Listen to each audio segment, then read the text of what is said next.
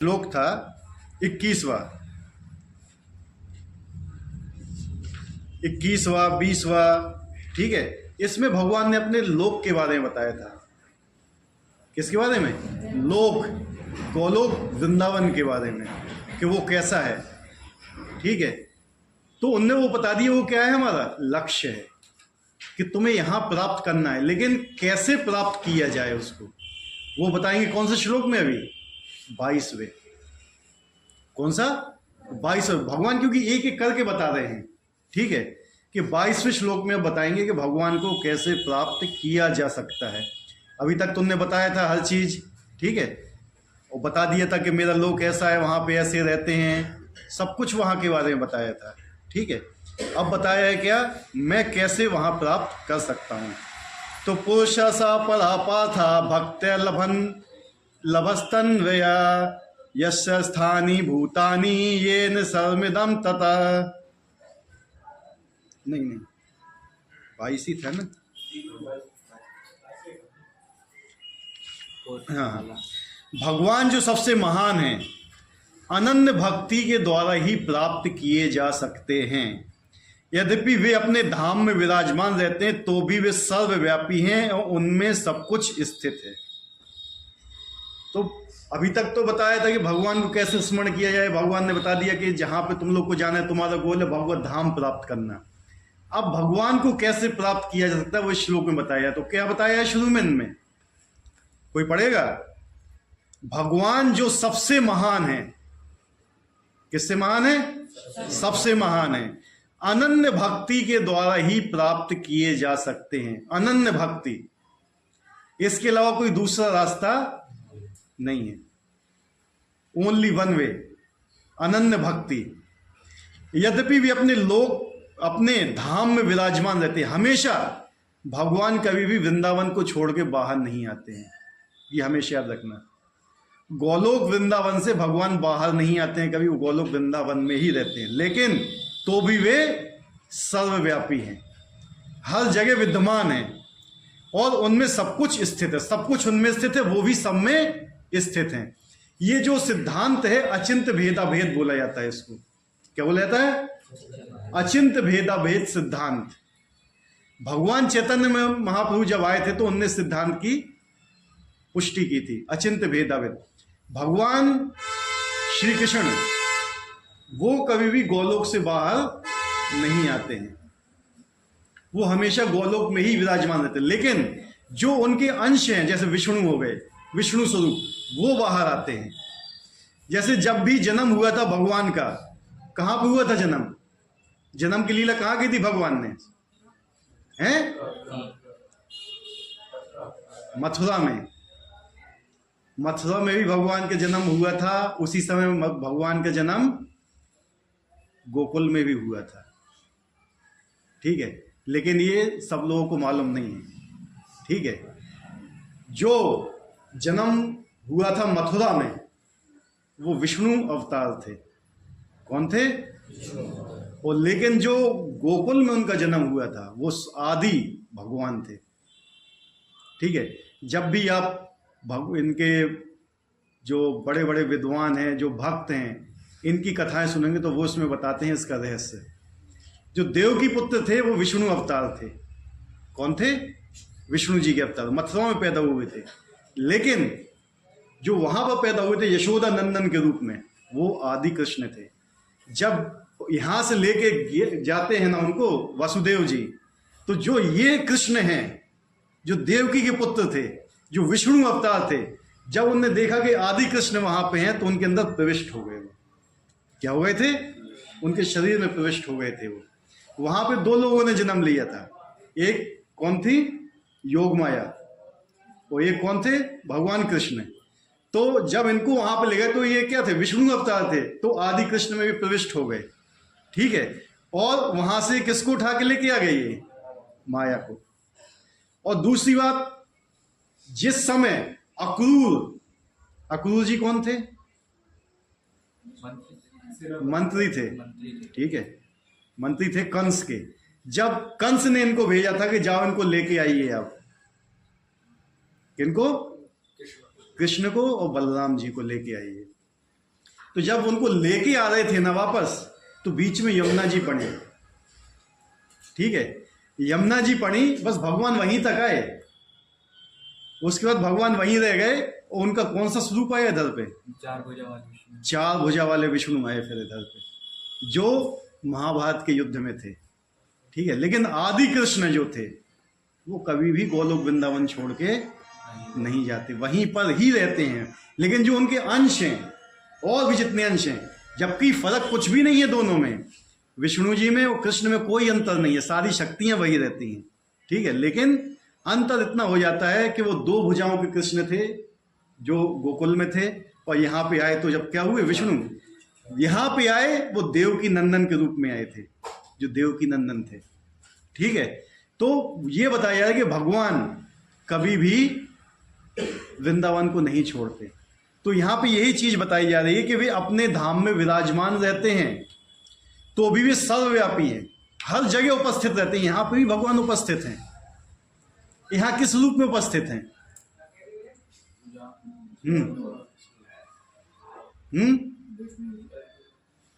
यहाँ भगवान किस रूप में उपस्थित हैं इस जगह पे? परमात्मा के रूप में तो हृदय में उपस्थित हैं। यहाँ पे अपने नाम, अपनी कथाओं के रूप में उपस्थित हैं। भगवान का नाम, भगवान के रूप, भगवान की गुण और भगवान की लीलाएं, कोई अंतर नहीं है उसमें, सब बराबर हैं। और कलयुग में तो भगवान ने अपना नाम में ही सारी शक्तियां भर दी हैं। जितनी शक्ति भगवान में है उतनी शक्ति भगवान के नाम में भी है। तो भगवान क्या बोल रहे हैं कि सर्वव्यापी हैं, वो हर जगह कण कण में विराजमान है भगवान। ठीक है, लोग क्या बोलते हैं, मंदिर जाने की क्या जरूरत है, भगवान तो हर जगह व्याप्त हैं, बोलते हैं ना। कहां से सुना उनने?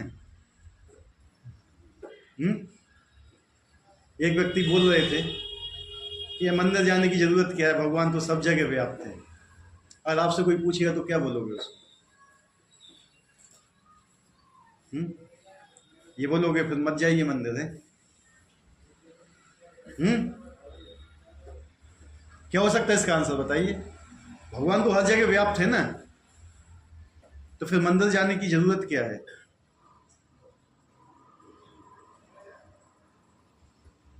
बताऊं? बोलिए। एक लोगों ने बताया था, मैंने मोबाइल में सुना था। हाँ बोलिए। तो एक लोगों ने आंसर दिया था कि जैसे हवा तो सभी जगह है, तो हम क्यों पंख है कूलर के काम में बैठते हैं? नहीं, वो बात भी सही है एक हिसाब से।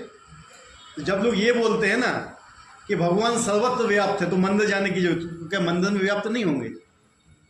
हैं? Right wrong? तुमने जो क्वेश्चन का आंसर बोला सही है। मोबाइल का रेंज हर जगह उपस्थित है, सिग्नल हर जगह आ रहे हैं। बात करने के लिए मोबाइल की जरूरत पड़ती है कि नहीं पड़ती है?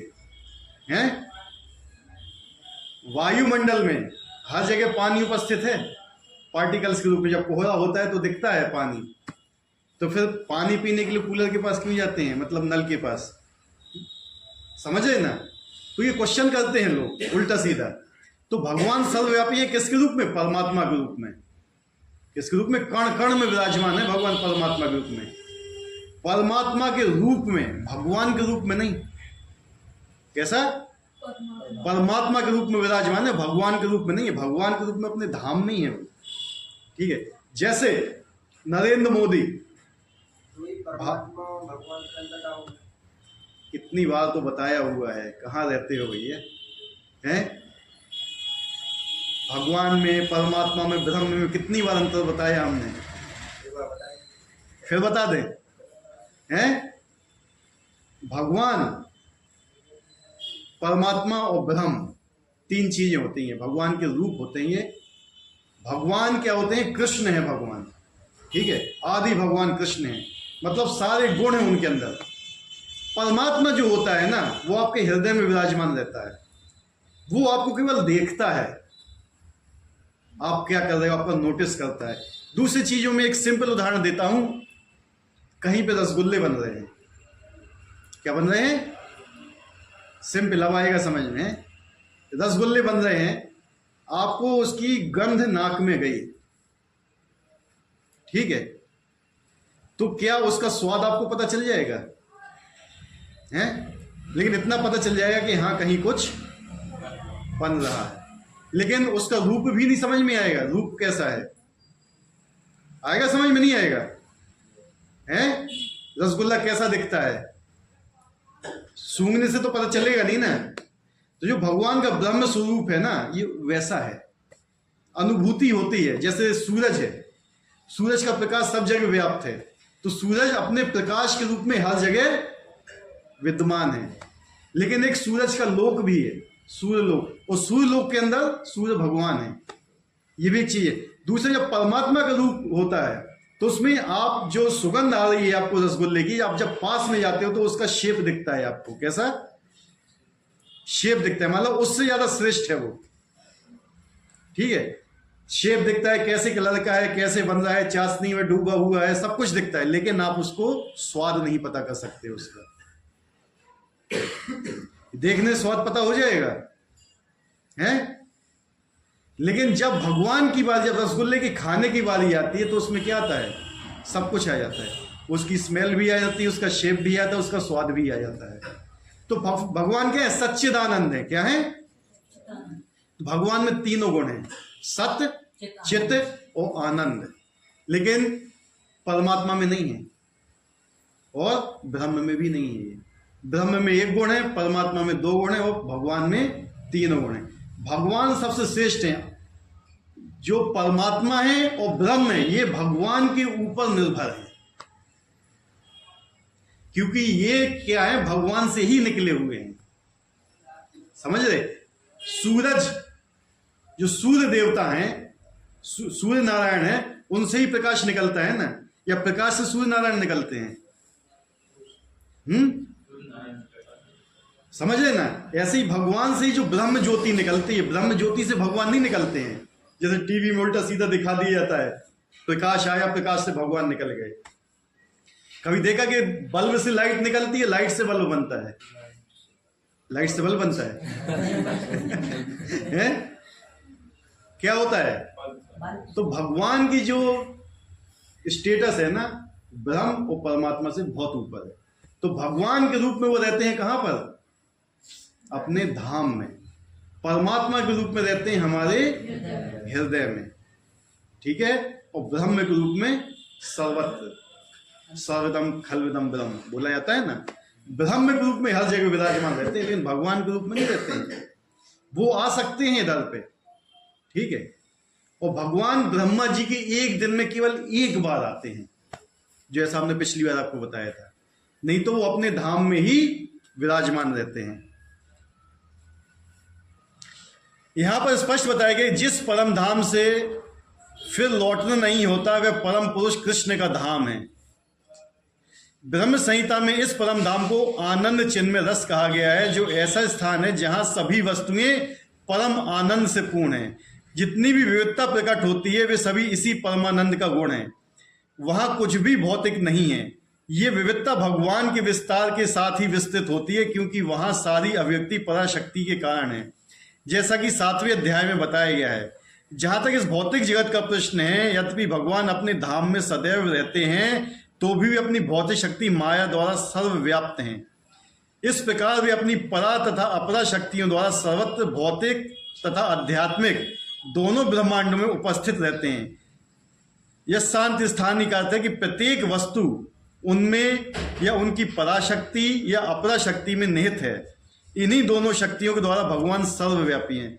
तो भगवान की दो शक्तियां हैं। जैसे भगवान के दो लोक हैं, एक तो क्या है आध्यात्मिक लोक, और एक क्या है भौतिक, जिसको मृत्यु लोक बोला जाता है। मृत्यु लोक क्यों बोला जाता है इसको? जन्म होता है, मृत्यु होती है, यहाँ पे बीमारी भी आती है, बुढ़ापा भी आता है। मृत्यु लोक, यहाँ पे कोई भी चीज क्या है, नित्य नहीं है, अनित्य है, यानी एक न एक दिन उसको जाना है। लेकिन जो भगवान की जो आध्यात्मिक लोक है, जो भगवान का, वहां का क्या है, वहां पे कोई भी चीज नश्वर नहीं है, शाश्वत है। वहां कोई भी दुख नहीं। वहां जो आपके माता पिता है वो हमेशा आपके साथ रहेंगे। यहाँ पे क्या होता है, माता पिता कितने साल रहते हैं आपके साथ हैं? 60 मुश्किल से। आपके साथ कितने साल रहते हैं? 30-40 साल, इससे ज्यादा। लेकिन वहां पे नित्य रहते हैं। वहां पे कभी किसी की मृत्यु नहीं होती, वहां कभी किसी का कष्ट नहीं आता है। शील प्रभुपाद जी कहा करते थे, अगर आप अपने माता पिता से बहुत अधिक प्यार करते हैं और माता पिता का हमेशा ही रहना चाहते हैं आप अपने, तो फिर उनको भी अपने धाम भगवत धाम लेके जाइए, जहाँ पे उनकी मृत्यु ना हो, वो हमेशा आपके साथ रहें, हमेशा आपके साथ खुश रहें। अगर कोई पति अपनी पत्नी को बहुत ज़्यादा प्रेम करता है तो उससे भी चाहिए कि उसको भी भगवत धाम लेके जाए, क्योंकि हमेशा साथ रहेंगे। वहाँ कभी कोई नष्ट नहीं होता है, वहाँ कभी कहीं बुढ़ापा नहीं आता है भाई, वहाँ कभी बीमारियाँ नहीं आती हैं, ठीक है ना, वहाँ कभी मृत्यु होती है, शाश्वत है वो। तो भगवान दोनों जगह व्याप्त हैं। यहाँ पे किस शक्ति के रूप में बता रहे हैं? यहाँ पे माया के रूप में। वो किसकी शक्ति है? भगवान की ही शक्ति है। तो भगवान यहाँ पे भी कंट्रोल कर रहे हैं। जैसे बोला जाता है जेल है, राष्ट्रपति या प्रधानमंत्री जेल के अंदर नहीं जाता है, लेकिन जो जेलर होता है ना, जेलर उनके ऊपर कंट्रोल करता है। जो जितने भी कैदी हैं सबके ऊपर कौन कंट्रोल करता है? जेलर। और जेलर के ऊपर कौन कंट्रोल करता है? जो सुप्रीम होता है कि नहीं? तो वास्तविक कैदी किसके कंट्रोल में हुए हैं? हुए ना। तो उनके ये सब क्या है? पार्ट्स हैं एक हिसाब से। तो इस हिसाब से देखो, मोदी कहां बैठा हुआ है? दिल्ली में। लेकिन जो हर चीज चल रही है उसी की ही निगरानी में चल रही है। तो यानी वो अपने नाम के रूप में हर जगह व्याप्त है, अपने शासन के रूप में। जो भाजपा एक पार्टी है, भारतीय जनता पार्टी जिसको बोला जाता है, उसका कोई रूप है? नहीं है ना। रंग है उसका? कोई नहीं है। उसकी कोई क्वालिटीज हैं? कुछ नहीं है। लेकिन जो उसको नियंत्रित करने वाला है वो मेन व्यक्ति होता है। वो मेन व्यक्ति जो है इन सब चीज को कंट्रोल कर रहा है। इसी प्रकार से भगवान भी अपने धाम में बैठे हुए यहाँ पे सबको कंट्रोल कर रहे हैं। यहाँ पे अपनी माया शक्ति से, हम भी माया के अंडर में ही हैं और भगवान माया के द्वारा हमें कंट्रोल करवा रहे हैं। तो उस रूप में भगवान क्या है? यहाँ पर उपस्थित हैं, ठीक है। और दूसरे, वो माया से किसको कंट्रोल कर रहे हैं? जो भगवान के विरुद्ध चलना चाहते हैं। लेकिन भगवान की एक योग माया शक्ति भी है जिससे वो अपने भक्तों को नियंत्रित करते हैं। भक्तों के ऊपर माया कभी काम नहीं करती है। जो भौतिक माया है वो भक्तों के ऊपर काम नहीं करती है। उनके ऊपर काम क्या करती है? योग माया, जो उनको भगवान के पास लेके जाएगी। कृष्ण के परम धाम में या असंख्य वैकुंठ लोगों में भक्ति के द्वारा ही प्रवेश संभव है, जैसा कि भक्त या शब्द द्वारा सूचित होता है। अगर आप वैकुंठ जाना चाहते हो तो केवल भक्ति ही आवश्यक है। भक्ति के अलावा आप किसी भी चीज के द्वारा प्रवेश नहीं कर सकते हो।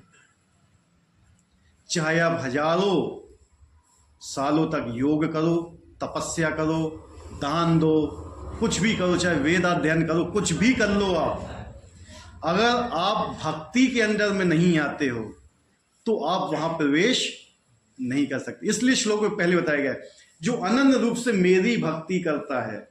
अनन्य मतलब ना अन्य और दूसरा कोई नहीं। प्रेम की गली अति सांकरी, जामे दो ना समाए। वृंदावन कौन कौन गया? सब लोग गए होंगे मैक्सिमम। गलियां कितनी सकरी हैं वहां पे, टेढ़ी मेढ़ी। बहुत गली सकरी होती है प्रेम की, उसमें दो लोग नहीं आते हैं, एक ही रहता है।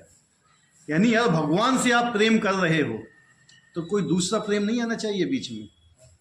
उसको बोल देते हैं क्या फिर? Love triangle. वो खतरनाक होता है। भौतिक यहां भी चलता है, लव ट्रायंगल होता है कि नहीं? हाँ या नहीं? तो वहां पे भी अगर आप भगवान से प्रेम कर रहे हो तभी आप भगवान के धाम जा सकते हो, अन्यथा नहीं। लेकिन लोग भगवान को प्रेम नहीं करते। लोगों को बहुत और चीजें चाहिए हुए हैं भगवान के अलावा। उन्हें भगवान की शक्तियों से प्रेम है। भगवान की शक्तियां क्या क्या हैं? धन, लक्ष्मी। भगवान के पास किस लिए आता है? भगवान प्राप्त करने के लिए, या लक्ष्मी प्राप्त करने के लिए, या सरस्वती जी को प्राप्त करने के लिए? हैं? हमारे अच्छे नंबर आ जाएं।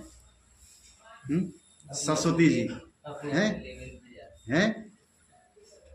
तो जो भगवान के पास जिस भाव से जाता है ना, उसी भाव से भगवान उसको वही चीज देते हैं।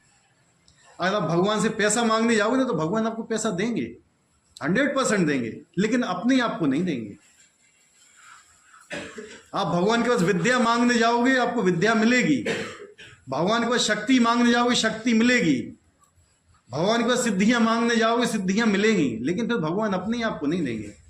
और इन सब चीजों को प्राप्त करने के बाद आप भगवान को प्राप्त नहीं कर सकते फिर, क्योंकि आपके मन में क्या है? संसार के प्रति लोभ है। सबसे बड़ी बात यह कि हम भगवान के पास जाते हैं संसार को मांगने के लिए। समझे बात को? भगवान के पास जाते हैं क्या मांगने के लिए? संसार को। संसार मतलब क्या हो गई? भगवान के पास क्या मांगने जाना चाहिए हमें? आप एक राजा के पास गए, उससे कह रहे कि हमें खेलने के लिए कंचे दे दो, हैं? समझे बात को? उसमें राजा की भी इंसल्ट है। सही है? राजा ने अपने दरबार में बुलाया आपको, आपसे पूछे बोलो क्या चाहिए तुम्हें, पूरा राज खुला हुआ है, आप कह रहे हैं कंचे दे दो खेलने के लिए।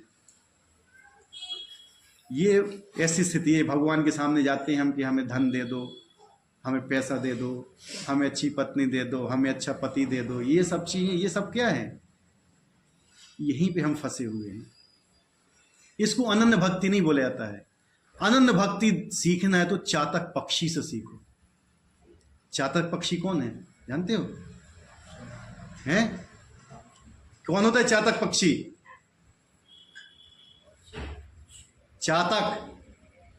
चातक पक्षी वो होता है जो केवल एक विशेष नक्षत्र होता है, स्वाति नक्षत्र बोला जाता है उसको।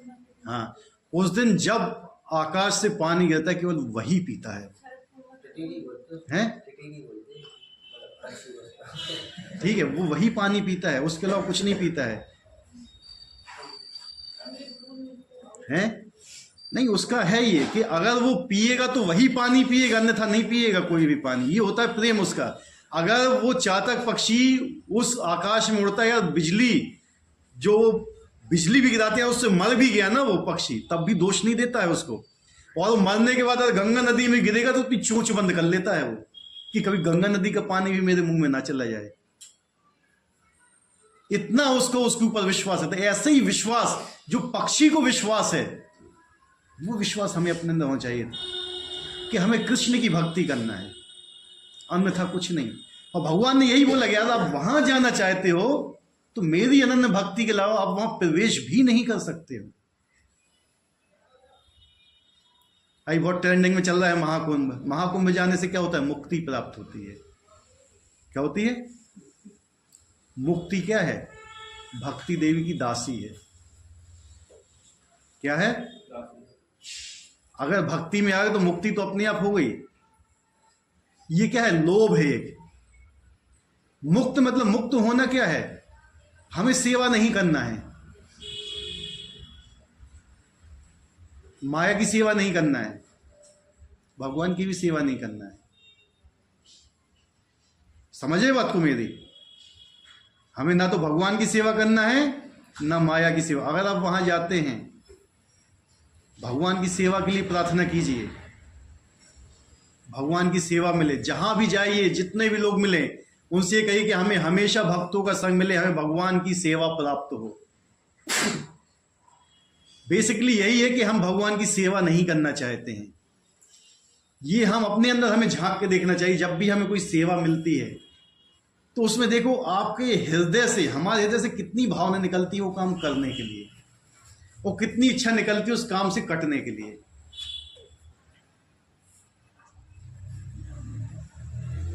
महसूस कीजिए अपने अंदर इस चीज को कि अगर कोई सेवा हमें मिलती है भगवान की, तो हम कितना कटने का प्रयास करते हैं और कितना उसको करने का प्रयास करते हैं।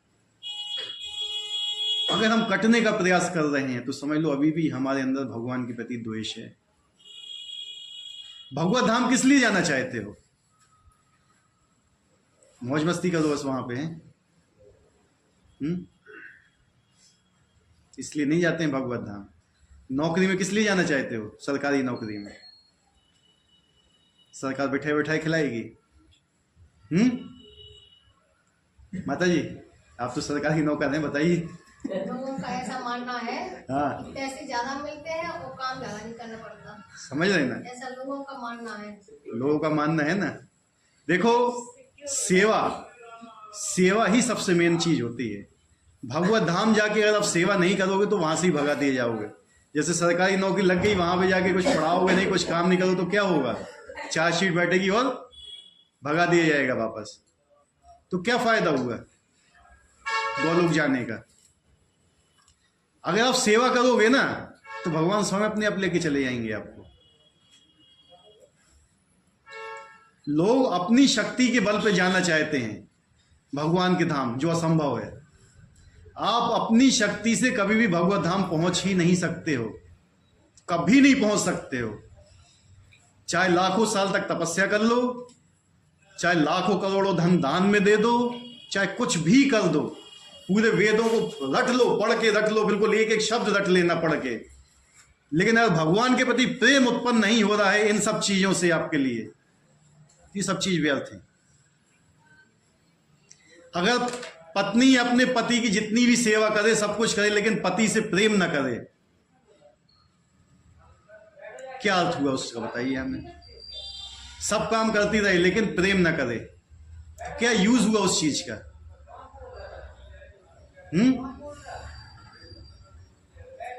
अगर हम भगवान के ग्रंथ पढ़ रहे हैं, हम दान दे रहे हैं सब, लेकिन अब इन सब चीजों से प्रेम उत्पन्न नहीं हो रहा है भगवान के प्रति, तो फिर क्या हुआ? ये सब चीज व्यर्थ है। मेन चीज क्या है? भगवान के प्रति प्रेम। और जब जिसके प्रति प्रेम होता है ना, तो सेवा की भावना आती है कि मैं उसके लिए कुछ करूं। यस नो बताइए आप लोग, मैं कुछ गलत हूं तो बताइए। जब तक आपके अंदर प्रेम नहीं होगा किसी के लिए, आप उसके लिए कुछ कर सकते हो? हैं? हाँ या नहीं? सीधा बताइए, बिल्कुल सिंपल लैंग्वेज में। अगर आपके पास भगवान के लिए प्रेम नहीं है तो आप उनके लिए भी कुछ नहीं कर सकते। सिंपल बात है। नाम लेने की तो बात ही बहुत दूर है। ये तो स्टार्टिंग सीढ़ी है नाम लेना, और लास्ट सीढ़ी भी यही है। ठीक है? तो मेन चीज है प्रेम। जब तक प्रेम नहीं हुआ तब तक सेवा हो ही नहीं सकती है। लोग कहते हैं मैं तो ये सेवा करता हूं, वो सेवा करता हूं, फलाना, लेकिन ये सब क्या चीज होती है? लोग दान किस लिए देते हैं? हमारे पाप कटें, भगवान से प्रेम के लिए नहीं। लोग कहीं तीर्थों में किस लिए जाते हैं? हमारे पाप कम हो। भगवान की सेवा क्या हो रही है उसमें? बताइए। लोग यज्ञ किस लिए कराते हैं? हमारे पाप कम हो, हम स्वर्ग में पहुंचे, स्वर्ग के भोग मिले हमें। क्या है एक पीछे? स्वार्थ, लोभ है इसके पीछे। जब हमारा जो उद्देश्य बिना लोभ के हो जाएगा, हमें कुछ मिले ना मिले, भगवान हमें ठुकरा भी दें तो भी मैं उन्हीं से ही प्रेम करूंगा। जैसा गोपियों का था, भगवान ठुकरा भी दें, ये चैतन्य महाप्रभु ने कहा हुआ है, या तो आप मुझे आलिंगन करो, गोपियां कहती हैं भगवान से, या तो आप मुझे आलिंगन करो या फिर मुझे त्याग दो, लेकिन आप ही मेरे सर्वस्व हैं, आपके अलावा कोई नहीं है मेरा। भगवान ऐसी भक्ति से प्रसन्न होते हैं। ठीक है? ऐसे नहीं कि भैया हमें दोनों हाथों में लड्डू चाहिए, भगवान भी चाहिए और लक्ष्मी भी चाहिए, नहीं। अगर भगवान मिलेगा तो लक्ष्मी कहीं जाएगी क्या? फिर आप लक्ष्मी के पीछे भागोगे तो भगवान नहीं मिलेंगे, और भगवान के पीछे भागोगे ना तो भगवान जब पास आएंगे तो लक्ष्मी पीछे पीछे आएगी आपके, क्योंकि लक्ष्मी कभी भगवान को छोड़ के नहीं जाती। और आज लक्ष्मी जी का जन्म दिवस है ना, या सरस्वती जी का, या दोनों का? हाँ, 3 तारीख को है, बहुत लोग आज भी मना रहे हैं। ठीक है? या दोनों का है जन्म आज? कौन कौन कह रहा है दोनों का? कौन कौन कह रहा है सरस्वती जी का है? 3 तारीख को वैसे बसंत पंचमी बहुत लोग आज भी मना रहे हैं, तो ऐसा नहीं है आज ही मनाओ, कल भी मनाइए। इस्कॉन वाले कल मना रहे हैं। ठीक है? तो भक्ति जो मेन चीज बताइए, भक्ति के द्वारा ही वहां पे पहुंचा जा सकता है। अन्य विधि से परम धाम की प्राप्ति संभव नहीं। वेदों में गोपाल तापनी उपनिषद भी परम धाम तथा भगवान का वर्णन मिलता है। एको वशी सर्वगा कृष्णा, उस धाम में केवल एक भगवान रहता है जिसका नाम कृष्ण है, और वह अत्यंत दयालु विग्रह है और एक रूप में स्थित होकर भी अपने को लाखों स्वांशों में विस्तृत करता है। वेदों में भगवान की उपमा उस शांत वृक्ष से की गई है जिसमें नाना प्रकार के फूल तथा फल लगे हैं और जिसकी पत्तियां निरंतर बदलती रहती हैं। वैकुंठ लोक की अध्यक्षता करने वाले भगवान के स्वांश चतुर्भुजी हैं, जिनके विभिन्न नामों से विख्यात पुरुषोत्तम, त्रिविक्रम, केशव, माधव, अनिरुद्ध, ऋषिकेश, संकर्षण, प्रद्युम्न, श्रीधर, वासुदेव, दामोदर, जनार्दन, नारायण, वामन, पद्मनाभ आदि। तो ये क्या है? भगवान के अंश हैं। कृष्ण कहां पर उपस्थित हैं? गोलोक वृंदावन में। कहां पर? और जो उनके अंश हैं असंख्य वैकुंठ हैं। कितने? असंख्य वैकुंठ में अपने असंख्य श्वांशों के रूप में प्रकट हैं। वहां पर उनके चतुर्भुज रूप हैं। उनमें और भगवान में कोई अंतर नहीं है, शक्तियों में एक ही है, लेकिन रस में फर्क है। टेस्ट जो होता है, जो हमारा आदान प्रदान होता है भगवान के साथ, उसमें फर्क है। ऐसा हमने बताया था आपको, जैसे एक हस्बैंड वाइफ घर में रहते हैं, उनका व्यवहार घर में अलग होता है, लेकिन अगर वही दोनों जब नौकरी करते हों और वही दोनों लोग जब स्कूल में जाते हैं, अपने ऑफिस में जाते हैं, तो दोनों का व्यवहार अलग होगा। Yes no? अगर हस्बैंड जज है, समझना, और जो उसकी वाइफ है वो एक लॉयर है, और जब जज उस पर बैठेगा और उसकी वाइफ नीचे रहेगी, तो दोनों में व्यवहार क्या रहेगा? अलग रहेगा। लेकिन घर पे कैसा रहेगा? हैं? घर पे अलग रहेगा कि नहीं? यही अंतर होता है बस वैकुंठ में और गोलोक में। गोलोक में रस अलग होता है। भगवान के साथ खेल सकते हो, भगवान के साथ बैठ के खाना खा सकते हो, भगवान के साथ नृत्य कर सकते हो, भगवान के साथ लड़ाई झगड़ा कर सकते हो, सब कुछ कर सकते हो। वहां पे वो अपनी भगवत्ता नहीं दिखाते हैं। वहां पे एक फैमिली, जैसे अपने भाइयों से लड़ते हो ना, भाई बहन की आपस में, वैसी वहां पे लड़ाई होती है। लेकिन वहां पे सब क्या होता है? कृष्ण को प्रसन्न करने के लिए होता है। लेकिन जब आप वैकुंठ में रहते हो, आओगे, तो वहां पे आप लड़ नहीं सकते हो उनसे, वो रूप नहीं रह जाता है। फिर वहां ऐश्वर्य प्रधान है, वो श्रेष्ठ हैं, हम उनके नीचे। तो हमें ये नहीं सोचना है कि हम गोलोक वृंदावन चलेंगे। अभी तो हमारा केवल उद्देश्य है कि हम मनुष्य बन जाएं। यहाँ पे भक्त बनने के लिए आए हैं ना। भक्त बनना बहुत बड़ी बात है। सबसे पहली बात है कि हम मनुष्य बन जाएं। लोग कहते हैं ना कि वहां जाओगे तो साधु बन जाओगे, भाग जाओगे। नहीं, पहले मनुष्य बनो। 4 नियम का पालन करो, हरे कृष्ण महामंत्र का जाप करो। 4 नियम तो गधा भी पालन करता है, नहीं करता है पालन? गधे को जुआ खेलते देखा है? गधे को दारू पीते देखा? गधे को स्मोकिंग करते हुए देखा? गधे को मांस खाते हुए देखा? गधे को व्यभिचार करते हुए देखा? नहीं देखा। 4 काम मनुष्य करता है। 2 पैर का पशु, मनुष्य कहने में भी शर्म आती है। क्या? 2 पैरों वाला पशु। रूपाल जी क्या बोलते थे? 2 पैर के पशु हो। कहीं कोई नहीं बताता ये। किसी दूसरी जगह जाना, रूपाल जी का सबसे श्रेष्ठ चीज क्या है ना, रूपाल जी बिल्कुल जड़ पकड़ते थे, यहां आघात करते थे। आप किसी भी प्रवचन में चले जाना, इस्कॉन के अलावा, सब जगह आपकी बड़ाई करेंगे। आप तो बहुत अच्छे हो, आप तो ये हो, आप तो वो हो, ये कर रहे हो, वो कर रहे हो, हर जगह ये बोले। क्यों? उनका लक्ष्य आपको सुधारना नहीं है, उनका लक्ष्य आपसे लक्ष्मी प्राप्त करना है। यही होता है कि नहीं? हाँ या नहीं? सीधे बताओ। लेकिन जो वास्तविक आपका जो होता है चहेता, जो आपको सुधारना चाहता है, वो आपकी पहले कमी निकालेगा। डॉक्टर क्या होता है? आपको स्वस्थ करना चाहेगा तो आपकी कमी निकाल के दे, ये दवाई खाओ चाहे इतनी कड़वी हो। माता पिता अपने बच्चे को सुधारना चाहते हैं तो 2 झापड़ मारेंगे, पहले ये काम करो।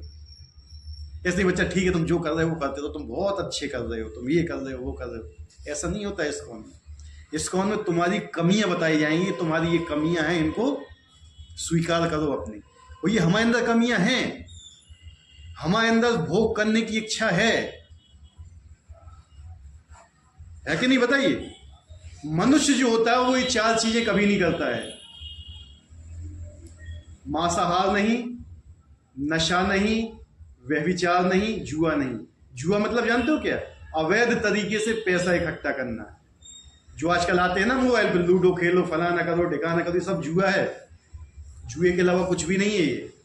अगर आप इन 4 चीजों में पड़े तो आप मनुष्य हो ही नहीं। क्या मनुष्य लेवल पे हो ही नहीं अभी आप। ये 4 चीजें राक्षसी प्रवृत्तियां होती हैं, असुरों में होता है ये। जुआ खेलना, मांसाहार करना, नशा करना, व्यभिचार करना, ये कोई मनुष्य का नहीं होता है काम। असुरों के ऊपर आते हैं पशु। पशुओं में भी ये नहीं होता है 4 चीजें। लेकिन जो अभी हम सो कॉल्ड ह्यूमंस हैं, सो कॉल्ड मतलब हम कहते हैं कि हम मनुष्य हैं, लेकिन हम ये 4 चीजें करते हैं। अगर आप ये 4 चीज भी पालन कर रहे हो और भगवान का नाम जाप नहीं करे तो आप गधे के लेवल पे हैं। गधा भगवान का नाम जाप नहीं करता है। करता है? किसी को देखा गधे को या बैल को? ये 4 नियम का पालन करते हैं। अगर हमें गधे और बैल से श्रेष्ठ होना है, जो भागवत बताती है, तो धर्मे नहीं ना पशु भी समाना। अगर धर्म नहीं है तो हम पशु के समान हैं। हमें धर्म का पालन करना चाहिए। धर्म क्या है? भगवान की शरण में आना। अगर हम भगवान की शरण में नहीं आते और कुछ भी करते रहें, सब चीज व्यर्थ है। भूसे को कूटने से कभी अनाज निकलता है? भूसे को कूटने से वो ऐसे ही मेहनत हो जाती है। ठीक है, जब बालों को कूटोगे तब अनाज निकलता है, ठीक है, लेकिन भूसे को कूटने से कभी अनाज नहीं निकलेगा। तो और भी जितने भी तुम प्रयत्न कर लो इस संसार में, अगर उन प्रयत्नों से तुम्हें भगवान के प्रति प्रेम उत्पन्न नहीं हो रहा है ना, तो सब चीजें व्यर्थ हैं। आप नहीं पहुंच सकते वहां पे। यही भगवत गीता, इसलिए भगवान ने श्लोक में बताया कि अनन्य, मेरा अनन्य भजन करो, मेरी अनन्य भक्ति करो, आप तभी आप पहुंच सकते हो। ब्रह्म संहिता में भी पुष्टि हुई है कि यद्यपि भगवान निरंतर परम धाम गोलोक वृंदावन में रहते हैं, किंतु वे सर्वव्यापी हैं ताकि सब कुछ सुचारू रूप से चलता रहे। वेदों में कहा गया है परास सर्वविद्या श्रुते स्वाभिकी ज्ञान बल क्रिया चा। उनकी शक्ति इतनी व्यापक है कि वे परमेश्वर से दूरस्थ होते हुए भी दृश्य जगत के बिना किसी त्रुटि के सब कुछ सुचारू रूप से संचालित करती रहती। हम जो यहाँ पे हैं, हम भी संचालित हो रहे हैं किसके द्वारा? भगवान की शक्तियों के द्वारा। हम ये सोचते हैं कि हम अपने आप कुछ कर रहे हैं, तो ये ऐसा कुछ नहीं है। हमें भगवान ही संचालित कर रहे हैं। हमारा उठना, हमारा बैठना, हमारे पेट के अंदर जो खाना होता है वही भगवान ही पचाते हैं वैश्वानर अग्नि के रूप में। और सूरज ना होगे तो हम देख भी नहीं सकते हैं, और वायु ना हो तो हम सुन भी नहीं सकते हैं। ठीक है, तो सब कुछ जो हो रहा है ना, वो भगवान की ही कृपा से हो रहा है। भगवान कहते हैं जितने तुम मेरी कृपा देखोगे ना, उतनी कृपा और तुम्हें मुझे प्राप्त होगी। लेकिन अब भगवान की कृपा देखना ही नहीं चाहते हैं। तो भगवान के धाम में कैसे पहुंचा जा सकता है? हैं? अनन्य भक्ति के द्वारा। अनन्य भक्ति कौन कर सकता है? मनुष्य। तो पहले क्या है? मनुष्य बनना चाहिए। मनुष्य बनने के लिए क्या करना चाहिए? 4 नियम क्या क्या हैं? एक एक करके बोलो। हाँ, मांसाहार में लहसुन प्याज भी आता है। नशा में जिस चाय में निकोटिन होता है वो भी आता है। कॉफ़ी जिसमें निकोटिन होता है। ठीक है, ये 4 चीज़ें, इन चीज़ों से हमें बचना है मुख्यतः। अगर कोई जाना चाहता है, नहीं जाना चाहता तो कोई बात नहीं है, लगे रहो। ठीक, अगर कोई जाना चाहता है वास्तव में, तो फिर ये सब चीज़ें करना पड़ेगा। ठीक है, ये क्या होती हैं? क्वालिफिकेशन होती हैं, प्री क्वालिफिकेशन। कहते ना कि इस चीज़ में भर्ती होना है तो ये चीज़ होना चाहिए। फौज में भर्ती होना है तो 157 कितनी? 165 कितनी है? 168 हाइट होना ही चाहिए। होना चाहिए कि नहीं? कितना वजन होना चाहिए? मेडिकल फिट होना चाहिए, इस एग्जाम में निकलना चाहिए, है कि नहीं? 8 मिनट में 1.5 किलोमीटर दौड़ना ही चाहिए तुम्हें। 1 मील 1.8 किलोमीटर, है कि नहीं? तब आप जा पाओगे, नहीं तो नहीं जा पाओगे। और जब आप अगर जाना चाहते हो वास्तव में, अगर आपका गोल है भगवत धाम जाना, तो आप ही करोगे। अगर आपका गोल नहीं है तो फिर कोई चीज़ है ही नहीं करने की जरूरत, फिर तो व्यर्थ है। ठीक है, तो भगवान यही बताना चाहते हैं कि मेरी भक्ति में लगने के लिए, जब तक हम भगवान की भक्ति में लगेंगे तो उसके लिए 4 चीज़ें बहुत ज़रूरी हैं। ठीक है, और जब तक ये आप 4 चीज़ नहीं करोगे आप ऊपर उठ भी नहीं पाओगे। ये 4 चीज़ें क्या हैं? ब्रेकर है बीच में, ये आपको आगे नहीं बढ़ने देंगी। यत्र काले तो आवृत्ति मावृत्ति चैव योगिना प्रयाता यान्ति तम कालम वक्ष्यामि भरतर्षभा। हे भक्त श्रेष्ठ, अब मैं तुम्हें उन विभिन्न कालों को बताऊंगा जिनमें इस संसार से प्रयाण करने वाला योगी पुनः आता है अथवा नहीं आता है। यहाँ पे कुछ चेंज हुआ है, क्या हो रहा है? कुछ परेशानी है क्या? कुछ क्वेश्चन है तो मुझसे पूछ लो। हाँ, तो अभी तक क्या था ना, भगवान ये बता रहे थे कि मेरे धाम में कैसे पहुंचा जा सकता है, लेकिन अब अर्जुन के मन में ये बात आया कि सब लोग तो इसमें लग नहीं सकता है। तो अब वो बोलते हैं कि जो भगवान का स्मरण नहीं कर पाता है लास्ट में, तो उनके लिए कुछ तो ऐसी चीज होगी जिससे वो पहुंच सकें। तो भगवान ने विशेषतर योगियों के लिए बताते हैं। किसके लिए? योगियों के लिए, जिनके अंदर कुछ इच्छाएं भी होती हैं, जिनके अंदर कुछ इच्छाएं नहीं भी होती हैं, वो कैसे भगवत धाम जाते हैं। हमारे जैसे मनुष्य योगी है ही नहीं, हमारे लिए केवल एक ही है रास्ता, भगवान के नाम का जप। उसके अलावा भगवत धाम पहुंचने का हमारे पास कोई रास्ता है ही नहीं। अब ये जो वर्णन आएगा कौन से श्लोक से? 23 में, ये योगियों के लिए है, जो यम नियम आसन प्राणायाम ब्रह्मचर्य सब चीज का पालन करते हैं, उनके लिए आएगा। जो अभी कुंभ में बैठे हुए हैं, हजारों वर्षों से तपस्या कर रहे हैं, ठीक, उनके पास इतना समय नहीं है कि अपनी दाढ़ी बाल भी कटवा लें। ये उनके लिए है कि वो कैसे भगवत धाम जा सकते हैं। ठीक है, तो परमेश्वर के अनन्य पूर्ण शरणागत भक्तों को इसकी चिंता नहीं रहती कि कब वो किस तरह शरीर त्यागेंगे। जो भगवान का भक्त होता है ना, वो कभी चिंता नहीं करता कि मेरे कभी भी शरीर नहीं, मुझे कोई फर्क नहीं पड़ा। क्यों? क्योंकि भगवान के आश्रय में। एक बच्चा जो छोटा है, जैसे ये बच्चा बैठा हुआ है, और ये बस में अकेले यहां से जाना चाहे कहीं, तो उसको कितना स्ट्रगल करना पड़ेगा है?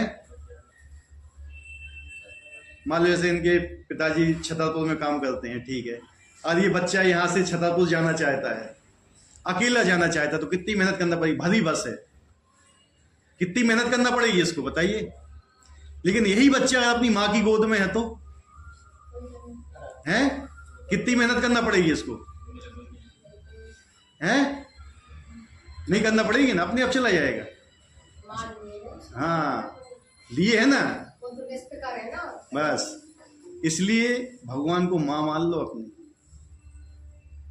है ही वो माता पिता हमारे, हम मानते ही नहीं हैं। उनकी शरण में आ जाओ ना, तो वो आपको फिर भगवत धाम लेके जाएंगे। आप जितना भी प्रयास कर लो, राष्ट्रपति से नहीं मिल पाओगे, लेकिन राष्ट्रपति खुद आपसे मिलने आएगा तो कोई नहीं रोकेगा आपको। और जहां जहां से आप जाओगे, तो जहां राष्ट्रपति को सलूट मिलेगा तो आपको भी सलूट मिलेगा वहां पे। ठीक है, इसलिए भक्ति ही मेन चीज है। जिस समय भगवान आपको स्वयं लेने आते हैं, भगवान का विमान आपको लेने आता है, वो होती है चीज।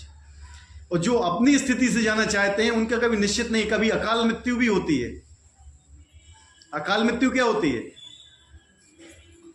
बिना समय जो मृत्यु आती है, अचानक दुर्घटना हो गई, ठीक है, दुर्घटना हो गई रास्ते में चलते हुए, उस समय आप भगवान का नाम याद नहीं कर रहे, उस समय ऐसा कोई समय नहीं है। तो जो इसके बाद अभी समय आएगा, वो इसमें बताया कि कोई सुबह मरा, दोपहर को मरा, शाम को मरा, उत्तरायण में मरा, दक्षिणायन में मरा, रात में मरा, दिन में मरा, तो उसकी क्या गति होती है। ये होता है योगियों के लिए। और योगी क्या होते हैं ना, योगी के पास ब्रह्मचर्य की शक्ति होती है। ब्रह्मचर्य की शक्ति है जो अपने प्राण को मूल आधार यहां से लेके सीधा यहां तक लेके आता है, प्राण को यहां पे स्थित करता है, उस समय का वेट करता रहता है वो, कि वो समय कब आए और कब मैं निकलूं यहां से। जब वो समय आता है, वो निकलता है, अगर वो प्रॉपर ब्रह्मचर्य का पालन कर रहा है, प्रॉपर सारे नियम सही से पालन कर रहा है 100%, तब वो जा सकता है। अन्यथा कहीं वहीं डगमगाया वापस। तो इसको क्या बोलते? आवृत्ति और अनावृत्ति। आवृत्ति मतलब क्या है? बार बार। और अनावृत्ति एक बार जाएगा तो फिर लौट के नहीं आए। जो योगी मतलब प्रॉपर ब्रह्मचर्य में स्थित है, प्रॉपर सारे यम नियम आसन प्राणायाम करते हुए अपने प्राण को यहाँ पे उसने ला के रख दिया, ब्रह्मरद्र जो बोलते हैं, ठीक है, और फिर भगवान का स्मरण कर रहा है, उस समय उसको याद कर लिया कि मुझे इस समय मुझे अपने प्राण को छोड़ के परम धाम जाना है, निकल जाएगा। लेकिन जिनने इन सब नियमों का पालन ही नहीं किया है तो यहां तक तो प्राण लेने की बात बहुत ही दूर है, वो लेके भी नहीं आ सकता है। तो इसलिए क्या बोला, ये मार्ग बहुत कठिन है। क्या है? बहुत कठिन है। इसलिए क्या बोला है भगवान चैतन्य महाप्रभु इतने कृपालु ने आके हमें केवल एक ही चीज बोल दी कि तुम हरे कृष्ण महामंत्र का जाप करो, बस। तुम वो चीज कर ही नहीं सकते हो, और कर पाओगे तो निश्चित भी नहीं। यार ठीक है, कोई योगी ये सब चीज पालन कर भी रहा है, वो 100% पालन कर रहा है, लेकिन उसकी अकाल मृत्यु हो गई तो है कि नहीं? और उसकी अकाल मृत्यु हुई तो भी वो फेल है। हर चीज नियंत्रित होना चाहिए, और मृत्यु तो किसी के नियंत्रण में नहीं है। इसलिए अगर आप भगवान की भक्ति करते हो और भगवान ने आपका फिर वो ले लिया है ठेका कि ठीक है मेरी भक्ति कर रहा है, मेरे अनुसार चल रहा है। भक्ति का मतलब क्या होता है? हमें अपने सारे काम भगवान की प्रसन्नता के लिए करना चाहिए, ठीक है, भगवान की महिमा गाने के लिए करना चाहिए, भगवान का नाम प्रचार करने के लिए अपना सारा काम करते हैं। लेकिन लोग क्या करते हैं?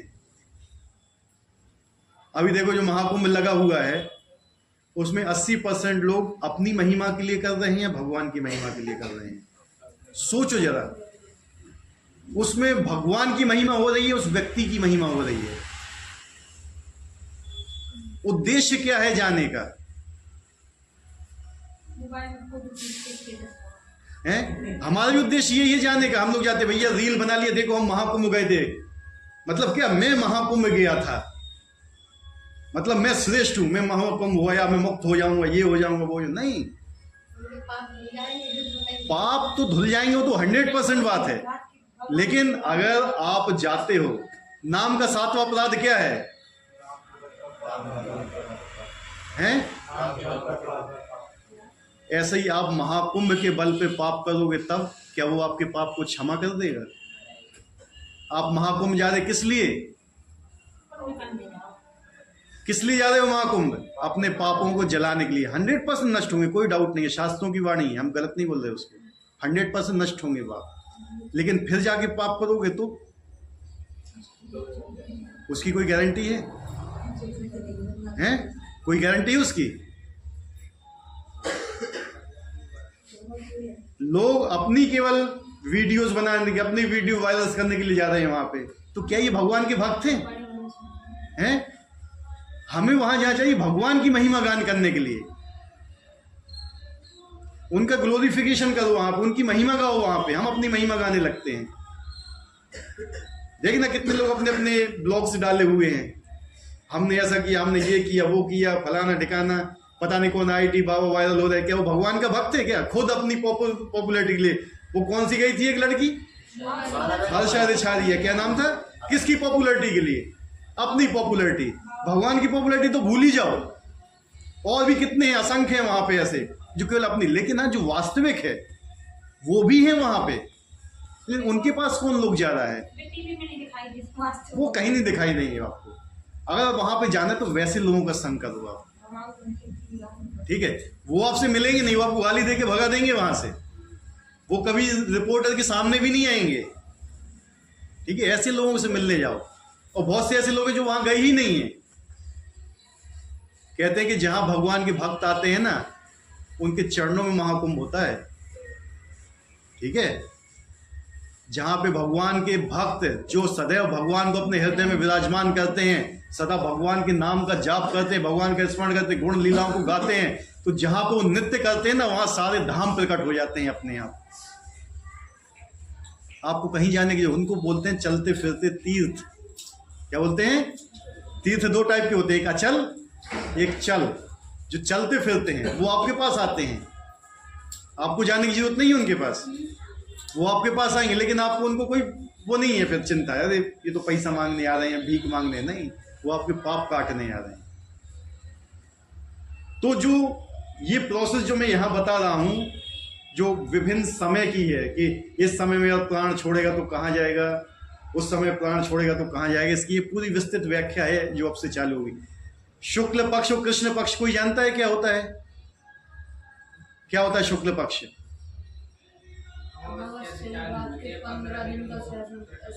हाँ, अमावस्या से पूर्णिमा तक 15 दिन होता है, शुक्ल पक्ष होता है। पूर्णिमा से अमावस्या तक जो 15 दिन होते हैं वो कृष्ण पक्ष होता है।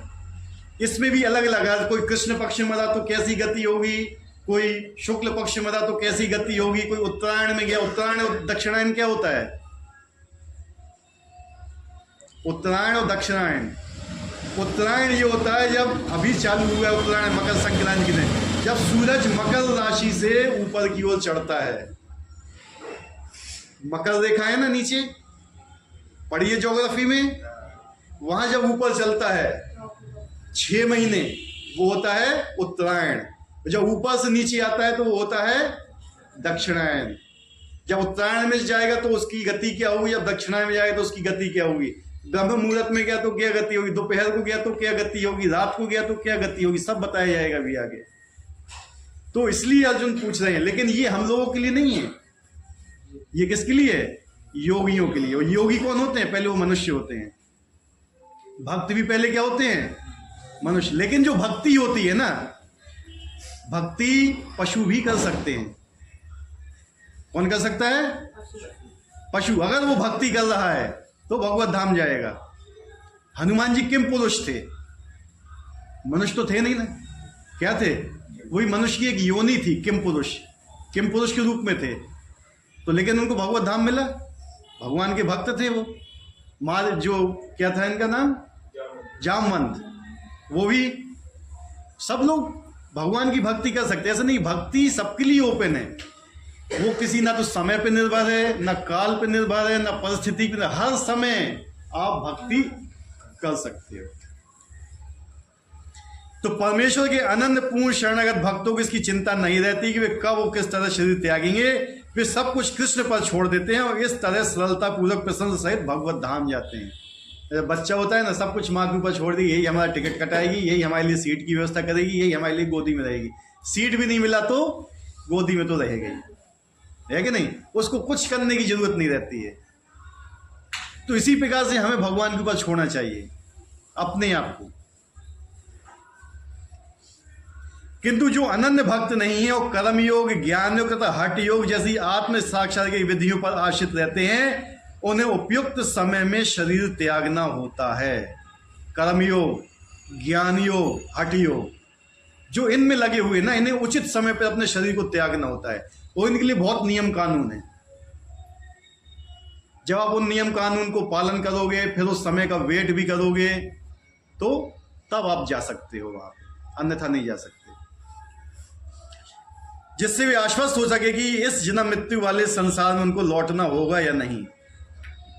यदि योगी सिद्ध होता है तो इस जगत से शरीर छोड़ने का समय और स्थान चुन सकता है। योगी क्या होते हैं ना, उसने सिद्धि प्राप्त कर ली, सिद्ध हो गया हो, तो अपना निश्चय कर लेगा कि मैं इतने इस तारीख को इतने बजे यहाँ से निकल जाऊंगा। अपना निश्चित कर लेगा, अपने प्राण को यहाँ लाएगा और ब्रह्म रद्द को फाड़ता हुआ चला जाएगा। यहाँ से निकलते हैं उसके प्राण, फट जाता है ये पूरा हिस्सा जब निकलता है यहाँ से वो। आजकल ऐसा तो हमने कहीं देखा ही नहीं है कि आजकल ऐसा कहीं हो रहा है। यहाँ तक प्राण ले आए तो बहुत बड़ी बात है। यहाँ से निकलता है उसका प्राण, सीधा फिर जहाँ पे जाना चाहे वहाँ जाता है वो। अगर वहाँ पे भी उसकी इच्छा आ गई, कहीं पे एक भी इच्छा आ गई।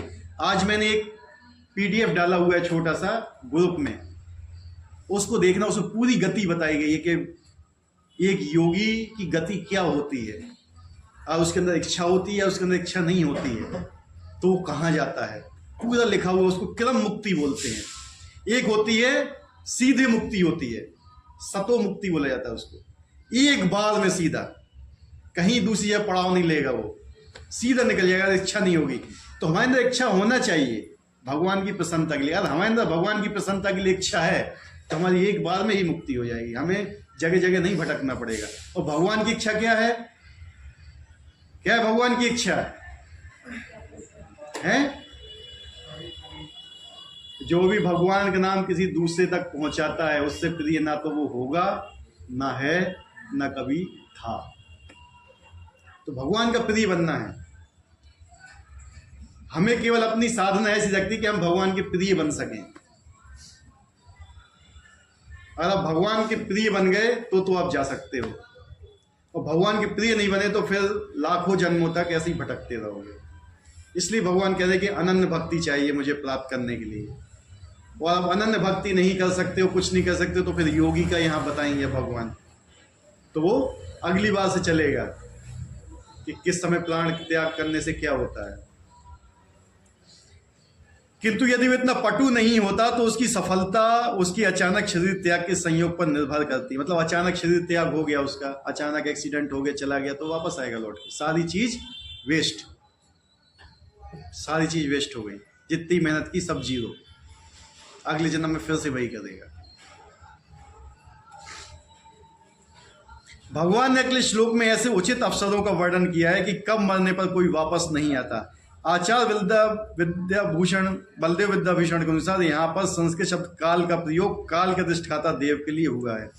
तो जितने भी है यहाँ बताए जाएंगे, शुक्ल पक्ष, कृष्ण पक्ष, उत्तरायण, दक्षिणायन, सबके अलग अलग देवता होते हैं, समय का भी अलग देवता होता है। तो वो देवता फिर आपके ऊपर, अगर शाम को मरे तो शाम का देवता आपको कहाँ तक लेके जाएगा, ये पूरी चीज का वर्णन अब आगे आएगा। क्योंकि जब कोई शरीर त्यागता है तो उस समय के देवता के अंडर में आ जाता है। वो सुबह त्याग किया तो सुबह के देवता के अंडर में आ जाएगा, वो देवता उसको कहाँ तक लेके जाएगा, ये अगली बार से चालू होगा। तो मेन चीज क्या है, अनन्य भक्ति। अगर आप भगवान की भक्ति कर रहे हैं तो फिर इन सब चीज से आपको कोई टेंशन नहीं लेना है। चाहे आप दक्षिणायन में जाओ, चाहे उत्तरायण में, चाहे शुक्ल पक्ष में, चाहे रात में, चाहे दिन में, चाहे फलाना, चाहे एक्सीडेंट से हो, चाहे कहीं पे भी जाओ, अगर आप भगवान का नाम जप कर रहे हो, भगवान का सतत स्मरण कर रहे हो, तो आपको कहीं चिंता करने की कोई जरूरत नहीं है। क्योंकि